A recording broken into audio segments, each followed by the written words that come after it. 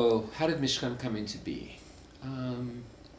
I was born in South Africa.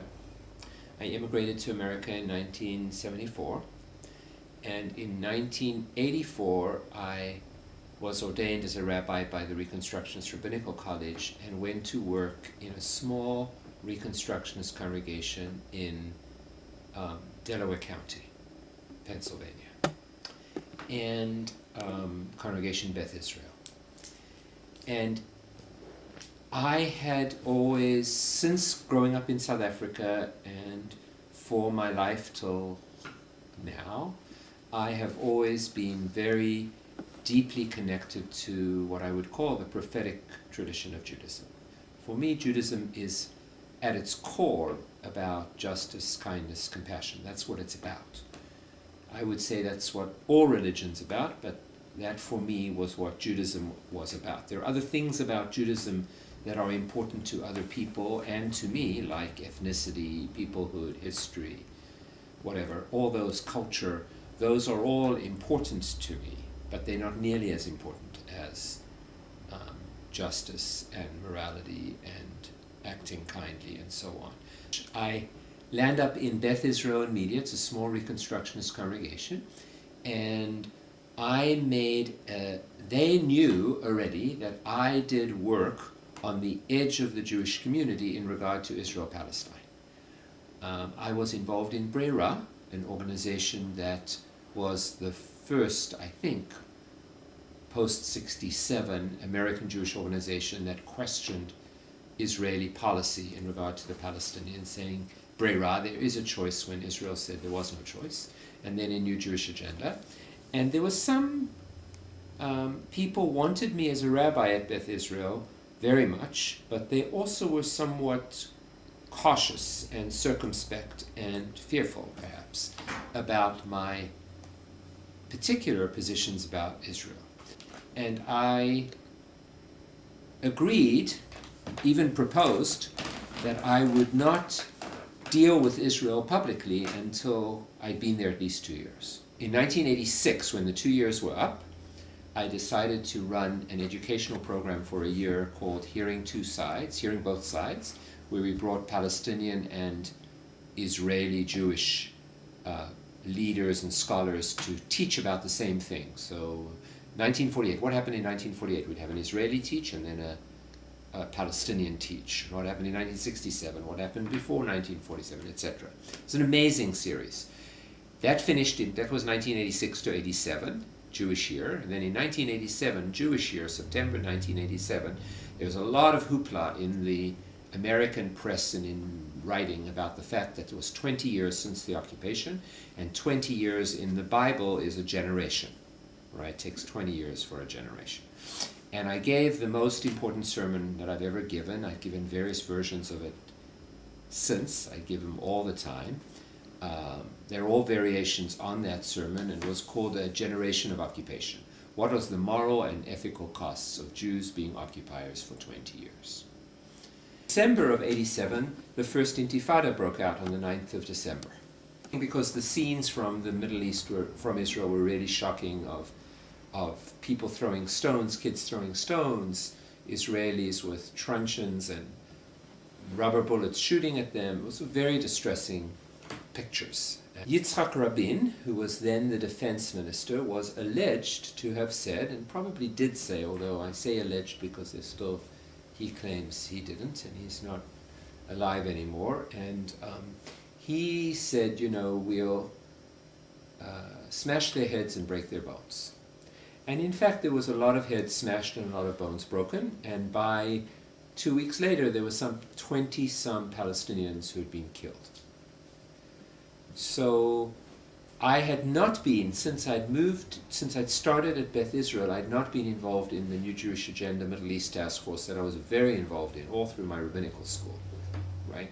But I knew all those folk, and they were friends and so on. And one of them called me up and said they were going to arrange a demonstration at the Israeli consulate on the 24th of December, and would I come and do some part of it. But essentially what that meant was that I was at the consul we lit Yortzeit candles in memory of the 23 people who had been killed, which shocked a lot of people. Somehow that action was very shocking to people. I was on TV that night with the Israeli consul. It was a low news day because it's Christmas Eve, like last week, and there was nothing else to cover, and also this was a local angle on what was happening in the Middle East, which was all over the news. So they gave a lot of coverage to it, and I was on 2 TV stations, I think, saying why we were there, and the Israeli consul saying why he thought we shouldn't be there. And it also meant for me at that point, within 2 days, 3 days, a week at least, of that event, I was blacklisted by the Jewish Federation, that I wouldn't get any, no speaking gigs. I wouldn't get quoted in the local paper, in the local exponent. So, and then a process went in our congregation whereby I said to the congregation that I only wanted to continue if I had their support, and that I think I had a year or 2 left on my contract, that I would, because this was a core principle of my preaching and teaching and understanding, and if in fact the congregation didn't want that, that was their right.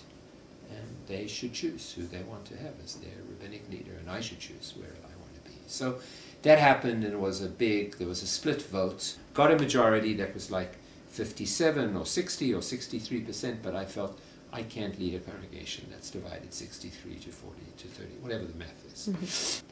With a group of people, we decided to found another congregation after a while. Now, the important thing to understand about Mishkan Shalom and its founding was this history, which has to do with Israeli politics and more broadly has to do with Judaism and justice. And what I want to emphasize about it is that the Jewish community then and the Jewish community now is totally in favor of justice all over the world and all over America except in Israel. Right? And you're not allowed to talk about Israel. Now it's changed somewhat in the intervening however many years, 23 years. It hasn't changed that much. It's changed a lot, but not that much. And fundamentally, that's still true of most liberal American Jews. They would never, it would be absolutely beyond the pale for them to conceive that they would support housing discrimination in America. It would be something they would think is just totally anathema. And if you were to ask them, does that have anything to do with your Judaism? They would say, absolutely.